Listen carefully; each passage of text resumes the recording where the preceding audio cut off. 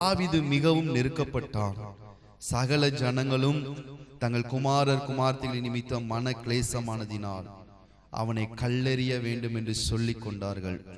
தாவீது தன் தேவனாகிய கர்த்தருக்குள்ளே தன்னை திடப்படுத்திக் கொண்டான். அல்லேலூயா, ஆமென், ஸ்தோத்திரம். இங்கே வாசிக்கும் பொழுது ஆமென், தாவீது மிகவும் நெருக்கப்பட்டான். கூட இருந்தவர்கள் எல்லாரும் அவனை கல்லெறிய வேண்டும் என்று நினைத்த பொழுது அவன் கர்த்தருக்குள் தன்னை திடப்படுத்தி கொண்டான். ஆமென். கர்த்தருக்குள் நம்மை திடப்படுத்தி கொள்ளும் பொழுது நம்முடைய வாழ்க்கையில என்ன நடக்கும் அப்படின்னு கடந்த நாட்கள்ல பார்த்தோம். நாம் எல்லாவற்றையும் என்ன செய்ய முடியும்? திருப்பி கொள்ள முடியும். அல்லேலூயா, ஆமென். நம்முடைய நெருக்கங்கள், நம்முடைய வேதனைகள், நம்முடைய ஆமென் உபத்திரவங்கள், ஆமென், இதன் மத்தியில நாம் ஆமென் தேவனுக்குள் நம்மளை திடப்படுத்தும் பொழுது நாம் சகலவற்றையும் ஆமென் திருப்பி கொள்ள முடியும். அது மாத்திரமல்ல, எப்படி ஆமென் ஸ்தோத்திரம் தாவீது தன்னை திடப்படுத்தியிருப்பான் என்று சொல்லி நம்ம பார்த்தோம். அவன் இதற்கு முன்பதாக ஆண்டவர் செய்த நன்மைகள், ஆண்டவர் செய்த அற்புதங்கள், ஆண்டவர் கொடுத்த வெற்றிகளை நினைத்து அவன் ஆண்டவருக்குள்ள தன்னை திடப்படுத்தி இருப்பான். அல்லேலூயா. இன்னைக்கு ஆமென் ஸ்தோத்திரம் பவுலுடைய வாழ்க்கையில இருந்த ஒரு காரியத்தை நான் உங்களுக்கு சுட்டி காட்ட விரும்புகிறேன்.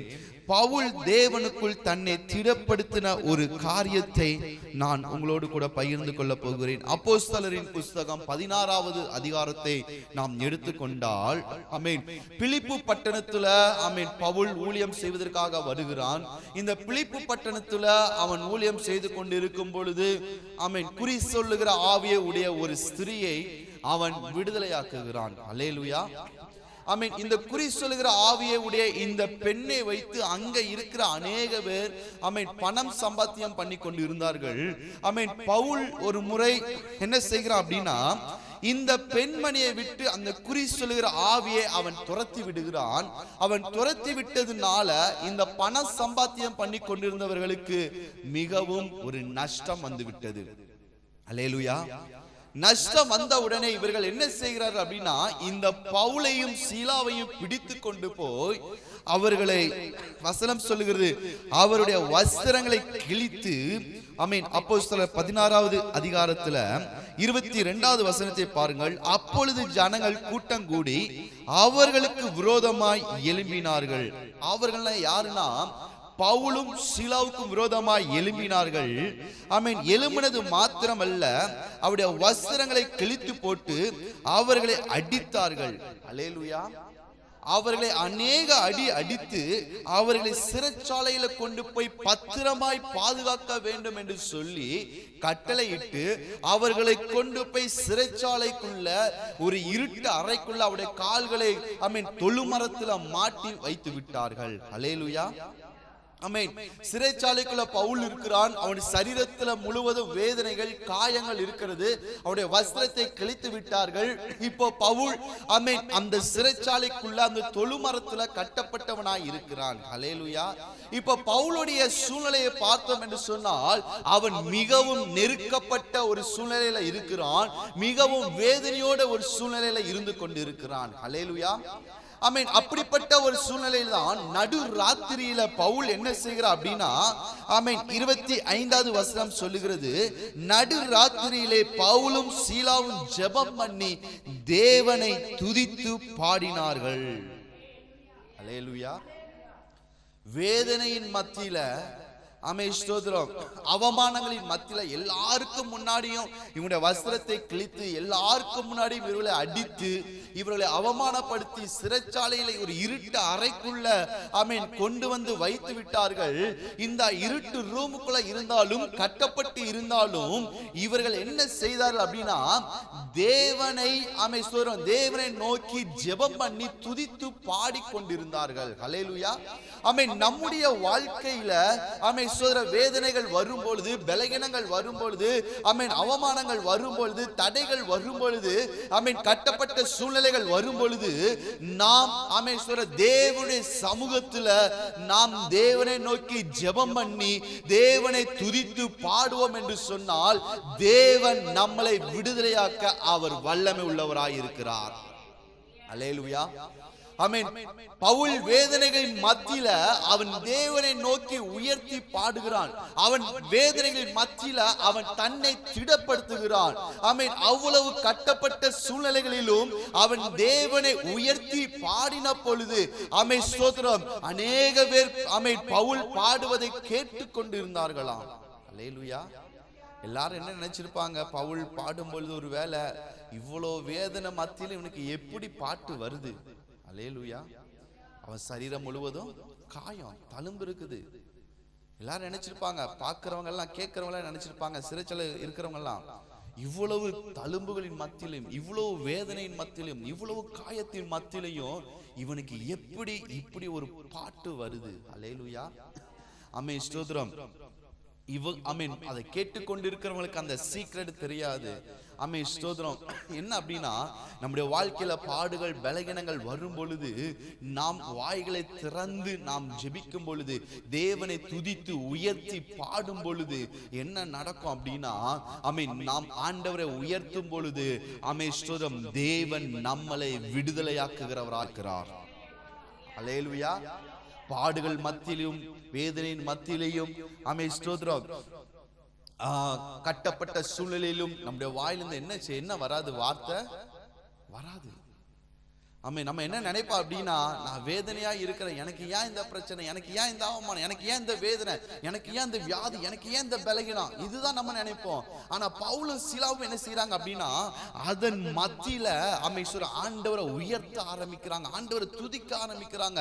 அவருடைய வாய்களை திறந்து சத்தமா ஆண்டவரை துதித்து பாடுகிறார்கள். இவர்கள் பாட பாட சுத்தி இருக்கிற ஜனங்கள் எல்லாம் கேட்டுக்கொண்டே இருந்தாங்க. ஆமென். கேட்டுக்கொண்டு இருக்கும் பொழுதே ஆமென் வசனம் சொல்லுகிறது, ஆமென், 26வது வசனத்துல, சடிதியிலே சிறைச்சாலையின் அஸ்திபாரங்கள் அசையும்படியாக பூமி மிகவும் அதிர்ந்தது. அல்லேலூயா. அப்போ நமக்கு வேதனை வரும் பொழுது, பலகீனம் வரும் பொழுது, வியாதிகள் வரும் பொழுது, கட்டப்பட்ட சூழலை வரும் பொழுது, நாம் வாய்களை திறந்து தேவனை துதித்து பாடும் பொழுது இந்த துதியானது நம்மளை விடுதலையாக்குகிறதா இருக்கிறது. அல்லேலூயா. அல்லேலூயா. ஆனா நம்ம என்ன செய்யும் தெரியுமா, வேதனையின் மத்தியில் அப்படியே அமைதியா உட்கார்ந்துருவோம். ஏன் ஆண்டவர் எனக்கு இந்த வேதனை. ஆமென். துதித்து பாடினார்களா என்ன அர்த்தம் அப்படின்னா, ஆண்டவரை உயர்த்துறாங்க, ஆண்டவருடைய ஆமென் வல்லமையை குறித்து பாடுகிறார்கள். ஆண்டவரே, நீர் சர்வ வல்லமை உள்ளவர், உம்மால் கூடாத காரியம் ஒன்றுமே இல்லை. மரித்தோரை நீர் உயிரோட எழுப்பி இருக்கிறீர், கட்டப்பட்டவர்களை விடுதலையாக்கி இருக்கிறீர், எத்தனையோ வியாதிகளை சுகமாக்கி இருக்கிறீர், உம்மால் செய்யக்கூடாத அதிசயமான காரியம் ஒன்றும் இல்லை என்று சொல்லி நாம் ஆண்டவரை நோக்கி உயர்த்தும் பொழுது நம்முடைய தேவன் நம்மளை விடுதலையாக்குகிறவராய் இருக்கிறார். அல்லேலூயா. ஆமென். பாடுகள் மத்தியில் நமக்கு எப்படி வார்த்தை வரும்னா, ஏன் எனக்கு இந்த பாடு, ஏன் எனக்கு இந்த வேதனை, எனக்கு ஏன் இந்த பிரச்சனை, நான் நல்லதானே இருந்தேன், நல்லதானே ஜெபம் பண்ண, ஏன் ஆண்டவரே நம்ம கேட்போம். ஆனா ஆண்டவர் எதிர்பார்க்கிறது என்னன்னா, உன் பாடுகளின் மத்தியில் நீ என்ன உயர்த்துவாய் என்று சொன்னார், நீ என்னை புகழ்வாய் என்று சொன்னார், நான் உன்னை விடுவிக்க வல்லவராயிருக்கிறேன். அல்லேலூயா. அல்லேலூயா. ஆமென் ஸ்தோத்திரம். பவுலும் சீலாவும் அவ்வளவு வேதனை மத்தியிலும் அந்த நடு ராத்திரியில கூட தேவனை உயர்த்தி பாடினாங்க. நடந்தது என்ன தெரியுமா, உடனே ஆமென் கதவுகள் எல்லாம் திறவுண்டது, கட்டுகள் எல்லாம் கலன்று போயிற்று. ஹல்லேலூயா. அப்ப நம்மளுடைய வாயை திறந்து நம்ம பாடும் பொழுது, வாயை திறந்து ஜெபிக்கும் பொழுது, வாயை திறந்து துதிக்கும் பொழுது ஆமென் ஸ்தோத்திரம், நமக்காக அடைக்கப்பட்ட கதவுகள் என்ன செய்யப்படும், திறக்கப்படும். அல்லேலூயா. நல்ல சத்தமா சொல்லுங்க, திறக்கப்படும். அல்லேலூயா. அப்ப நம்ம வாயை திறந்து ஆராதிக்கும் பொழுது, துதித்து பாடும் பொழுது, வாயை திறந்து சத்தத்தை உயர்த்தி ஜெபிக்கும் பொழுது கதவு திறக்கப்படுகிறது மாத்திரம் அல்ல, வசனம் சொல்லுகிறது எல்லாருடைய கட்டுகளும் கலண்டு போயிற்று. அல்லேலூயா. அப்போ நமக்கான வழிகள் திறக்கப்படும், நமக்காக ஆமென் கதவுகள் திறக்கப்படும். அது மாத்திரமல்ல, நம்மளை கட்டி இருக்கிற கட்டுகள் எல்லாம் அறுந்து போகும். அல்லேலூயா. நம்மளை கட்டி இருக்கிற கட்டுகள் அறுப்பதற்கான ஆமென் உடைப்பதற்கான ஆமென் கீ எங்க இருக்கு அப்படின்னா, நம்முடைய வாயிலிருந்து புறப்படுகிற துதிதான். அல்லேலூயா. அல்லேலூயா. அப்போ நம்மளுடைய வாழ்க்கையில வேதனைகள் மத்தியிலையும், பாடுகள் மத்தியிலையும், உபத்திரவத்தின் மத்தியிலையும் அமேஸ்வரன் நாம் அமைதலா இருக்கக்கூடாது. நாம் கிறிஸ்துவுக்குள் நம்மளை திடப்படுத்தி தேவனை உயர்த்தி பாடும் பொழுது நமக்கான ஒரு விடுதலை காத்திருக்கிறது. அல்லேலூயா. என்னை யார் விடுதலையாக்குவா? எனக்காக யார் ஜெபம் பண்ணுவா? எனக்கு யார் உதவி செய்வா? யார் எனக்கு ஒரு வழியை திறந்து விடுவா என்று சொல்லி நாம் எதிர்பார்க்கிறவர்களா இருக்கக்கூடாது. மற்றவர்களை எதிர்பார்க்கிறவர்களா இருக்கக்கூடாது.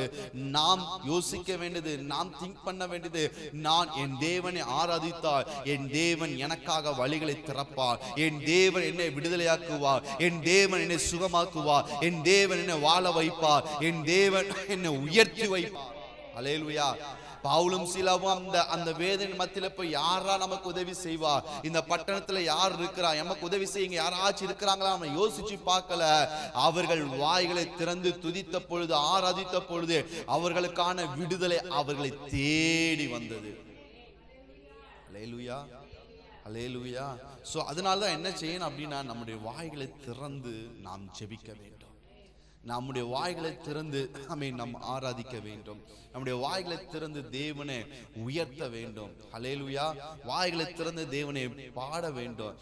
கேட்கிறது மாத்திரமல்ல, நாம் கேட்கவே இல்லை, நம்முடைய வாயினால் அறிக்கை செய்யும் பொழுது நம்முடைய வாழ்க்கையில அற்புத அடையாளங்கள் நடக்கும். அல்லேலூயா, அல்லேலூயா. நம்ம நிறைய வசனம் கேட்கிறோம், பாடல்கள் கேட்கிறோம், ஸ்தோத்திரம். அது நம்முடைய வாயிலிருந்து அது வெளியே வருதா அப்படிங்கறதை நாம் பார்க்க வேண்டும். அல்லேலூயா. ஒருவேளை பவுலும் சீலாவும் அந்த சிறைச்சாலைக்குள்ள அமைதியா மனசுக்குள்ள பாடிட்டு இருந்திருக்கலாம். ஆனா அவங்க மனசுக்குள்ள பாடல. எவ்வளவு வேதனை சரீரத்துல இருந்துச்சோ அவ்வளவு சத்தம் வெளியில வந்துச்சு. அல்லேலூயா. அதனால்தான் வசனம் சொல்லுகிறது, அவர்கள் தேவனை துதித்து பாடினார்கள். காவலில் வைக்கப்பட்டவர்கள் அதை கேட்டு கொண்டிருந்தார்களா?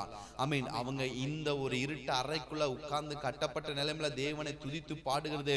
பக்கத்துல ரூம்ல இருக்கிறவங்க எல்லாம் என்ன செஞ்சாங்களா? அதை கேட்டுக்கிட்டே இருந்தாங்களாம். அல்லேலூயா. இந்த சத்தத்தை கேட்ட எல்லாருடைய கதவுகளும் திறக்கப்பட்டது, எல்லாருடைய கட்டுகளும் அவிழ்க்கப்பட்டது. அல்லேலூயா. அப்போ நாம் செய்ய வேண்டியது என்னன்னா, நம்ம நல்ல வாயை திறந்து தேவனை பாட வேண்டும். நம்ம நல்ல வாயை திறந்து தேவனை துதிக்க வேண்டும். நாம் நல்ல வாயை திறந்து ஜெபம் பண்ண வேண்டும். அல்லேலூயா.